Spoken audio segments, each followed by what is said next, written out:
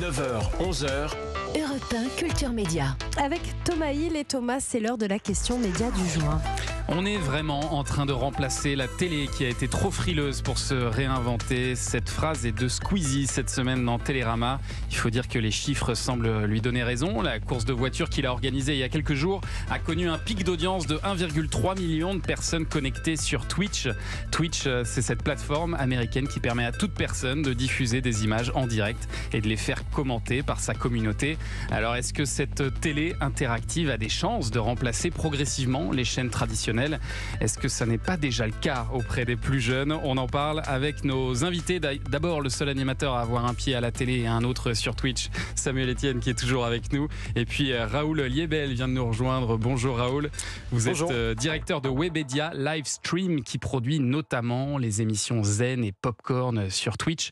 Alors je disais 1,3 million de téléspectateurs. C'est quoi ? C'est l'équivalent d'un Question pour un champion à peu près, Samuel Etienne. Ouais, on est 1,4 million là aujourd'hui sur Question. C'est des audiences qui sont impressionnantes. Là, on parle du GP Explorer. Ouais, c'est un pic. C'est une fois dans un grand événement, faut le dire. Mais on voit que ça progresse quand même d'année en année, les audiences sur Twitch. C'est des chiffres qui sont de quel ordre aujourd'hui, Raoul Liebel ? Alors, sur le GP Explorer, on est effectivement sur un pic à 1 300 000 visiteurs. Mais si on cumule en fait l'ensemble des audiences uniques sur la durée en fait du programme du GP Explorer, on est à plus de 10 millions de personnes qui ont regardé le contenu. Donc, on est effectivement sur des audiences qui sont comparables à des matchs de foot assez populaires. Donc oui, c'est des audiences qui sont très impressionnantes et qui évoluent très vite. C'est-à-dire que quand on compare en fait avec les audiences que Twitch générait il y a encore 1 ou 2 ans, c'est du x2, x3. Enfin voilà, on est sur des pics qui sont très très importants. Et alors comment on l'explique ça ? Quelles sont pour vous les forces de Twitch par rapport à la télévision, par exemple, Samuel ? Oui, qui connaissez les deux. Il y en a plein en fait. D'abord, il y a l'interactivité, c'est-à-dire que moi, pendant 25 ans, 30 ans, j'ai émis des informations en mode vertical. Ça descend, mais il n'y a pas de retour. De temps en temps, il y a un mail, il y a un call, un téléspectateur.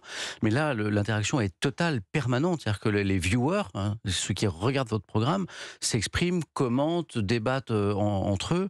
Donc ça, c'est la première chose. Et puis, il y a la liberté aussi, puisqu'en fait, comme Thomas, vous l'avez rappelé, n'importe qui peut créer sa chaîne, proposer un contenu. Et s'il a une bonne idée, eh bien, le lundi, il a l'idée, le mardi, c'est à l'antenne, parce que les moyens techniques pour lancer une chaîne ne demandent pas beaucoup d'engagement. Pas de formatage non plus, un temps illimité, ça c'est quand même un atout énorme. Effectivement, et nous on travaille chez Webedia avec un garçon qui s'appelle Domingo, qui est un des streamers les plus populaires sur la plateforme, et qui présente donc Popcorn, qui est un talk show. Exactement, avec qui on produit cette émission Popcorn. Et qui a également eu une expérience en télé, en radio, donc il a pu tester différents médias.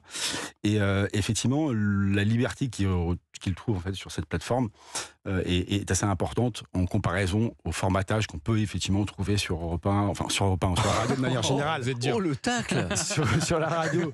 Voilà le lapsus, mais effectivement, c'est représentatif en fait de cette génération en fait de streamers qui peuvent trouver en fait dans les médias un peu classiques, radio, télévision, une sorte de formatage assez contraignant par rapport à ce qu'ils peuvent trouver effectivement sur Twitch. Un truc tout bête, c'est le temps. C'est-à-dire que en télé ou en radio, vous avez une émission derrière. Il faut rendre l'antenne. Le temps toujours important. Sur Twitch, sur votre chaîne, c'est votre chaîne. Derrière, il n'y a rien. Si votre émission prévue pour durer 2 heures doit durer 4 heures, elle va durer 4 heures. C'est une des raisons pour lesquelles l'offre est différente. On va continuer ce débat dans un instant. Est-ce que Twitch est l'avenir de la télé ? On en reparle dans 2 minutes sur Europe 1. Vous écoutez Culture Média sur Europe 1 avec la question média du jour. La plateforme Twitch peut-elle détrôner la télé dans les années à venir ? On en parle avec vos invités, Thomas Hill, Samuel Etienne, présentateur de Question pour un champion et présentateur sur Twitch, je ne sais pas si on dit comme ça, et Raoul Liebel, directeur de Webedia Livestream. Et alors au départ, c'est vrai que Twitch était très axé sur les jeux vidéo, et puis progressivement ça s'est ouvert au talk show, au sport ou à la politique. Et quand on regarde un talk show comme celui que vous produisez, Raoul Liebel, Popcorn, on a du mal finalement à avoir de grandes différences avec ce qu'on pourrait voir sur une grande chaîne de télé.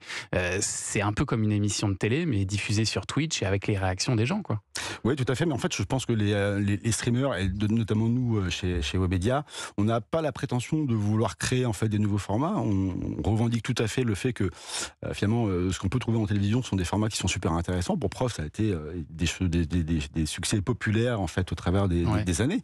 Donc clairement, l'objectif, c'est effectivement de considérer ces formats comme des choses qui peuvent intéresser nos audiences, mais avec un prisme et une approche éditoriale qui est plus liée à celle de la génération qui regarde Twitch, à savoir plutôt les jeunes. Mais est-ce qu'il y a des choses qu'on ne peut pas faire encore sur Twitch? On disait tous les avantages. Est-ce qu'il y a des choses à l'inverse qui ne sont pas possibles? Est-ce que demain, on pourra avoir un The Voice ou un Koh-Lanta, par exemple, sur Twitch? Techniquement, on peut absolument tout faire sur Twitch. Twitch est une plateforme de diffusion de contenu, c'est un média à part entière.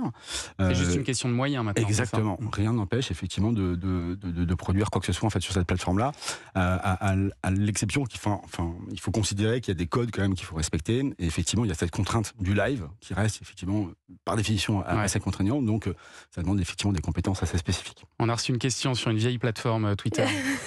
Sur une ancienne plateforme qui s'appelle X maintenant. C'est une question de Xavier qui dit: quel est le modèle économique de Twitch? Comment les présentateurs gagnent leur vie sur Twitch? Ça, c'est intéressant, Samuel Etienne. Alors, il y a un truc très étrange, mais très attachant, c'est que ceux qui vous regardent, les viewers, peuvent choisir de s'abonner, donc donner une modique somme tous les mois, s'abonner à votre chaîne. Concrètement, ça leur donne rien de plus, en fait, cet abonnement. En fait, c'est une forme de soutien aux créateurs de contenu pour dire j'aime ton contenu, donc je le soutiens. Premier revenu.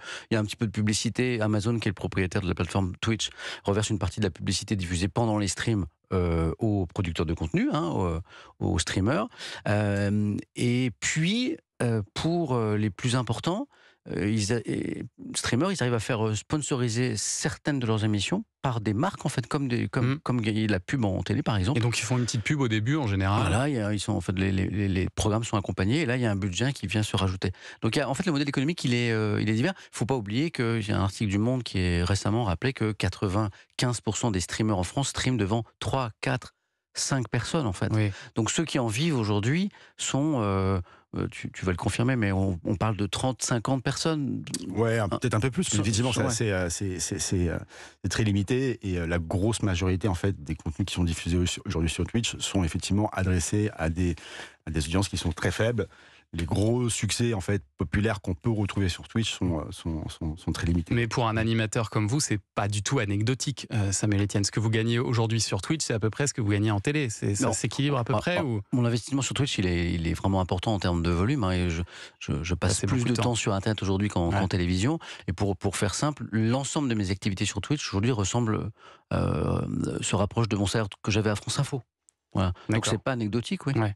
Et alors que l'âge moyen des téléspectateurs ne cesse de progresser à la télévision, 71% des utilisateurs de Twitch ont moins de 35 ans. Est-ce que vous diriez que finalement Twitch est un peu devenu la télévision des jeunes aujourd'hui?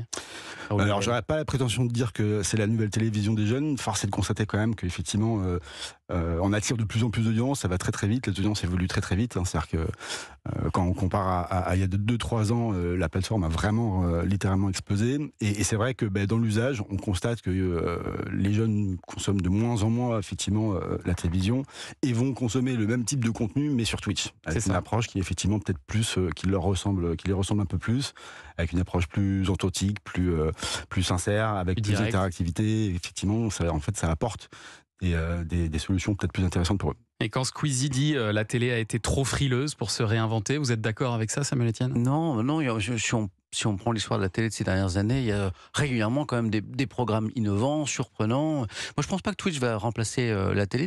Twitch séduit un public qui de toute façon ne regarde pas ou plus la télévision. C'est en plus nouvelle écriture, nouveau code. Je crois plus à des collaborations, des passerelles entre ces deux univers, entre Twitch et la télévision. À mon avis, elles vont naître dans les prochains mois, les prochaines années. Il y en a très peu des passerelles aujourd'hui. Regardez, vous êtes un des rares, même peut-être le seul animateur à être sur les deux.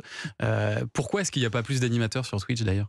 Parce que c'est techniquement d'abord c'est un peu compliqué d'approche. Le streamer, il doit gérer donc son éditorial, mais aussi toute sa technique, c'est-à-dire son image, le son, la lumière, la gestion informatique des logiciels ad hoc. Et puis après, effectivement, il y a un problème générationnel, c'est-à-dire que moi je suis très curieux, donc je me suis immergé dans cet univers depuis plus de 3 ans maintenant, mais c'est un ensemble de codes et de valeurs qui fait que au début c'est quand même très très très surprenant. Après, moi j'aime bien être surpris, donc je me suis laissé emporter par ça. C'est vrai que Samuel, t'es un peu une exception en fait dans ce milieu, parce qu'effectivement t'as été adoubé par la communauté, t'as été accepté, mais c'est quelque chose qui est pas forcément très facile en fait pour un animateur télé de pouvoir rentrer en fait dans cet univers de Twitch. Et effectivement, c'est un t'es un peu l'exception qui confirme la règle. C'est que ça s'est très très bien passé pour toi, mais c'est pas quelque chose d'évident, quoi. Ça se fabrique de façon Disons très que différente. les quoi. audiences de Twitch ne sont pas en attente en fait de personnalités C'est ça. de la télévision aujourd'hui, même Ça si paraît pas assez authentique en fait. ouais, il y a Un problème de effectivement légitimité quoi. exactement. En fait, c'est pas parce que tu es un animateur télévision reconnu que tu as forcément ta place sur Twitch. Donc il Ouais. faut vraiment créer en fait une vraie légitimité qui est pas évidente à acquérir quand tu débarques. Ce que Samuel a très bien fait en fait en arrivant sur Et Twitch. l'inverse est vrai aussi parce que Domingo, par exemple, qui est un très grand animateur sur Twitch, on va pas le retrouver en télé ou en radio derrière. Alors c'est pas forcément Peut-être sa volonté, hein, je voilà, sais pas. hein. c'est pas forcément lié à une stratégie des chaînes télé, mais plutôt effectivement à sa propre volonté. Aujourd'hui, même si on s'interdit pas, il s'interdit vraiment pas de travailler en télévision. Je pense que c'est quelque chose qui peut l'intéresser. Il n'a pas encore trouvé un modèle qui l'intéresse ou dans lequel il se retrouve particulièrement, mais il s'interdit pas de le faire effectivement.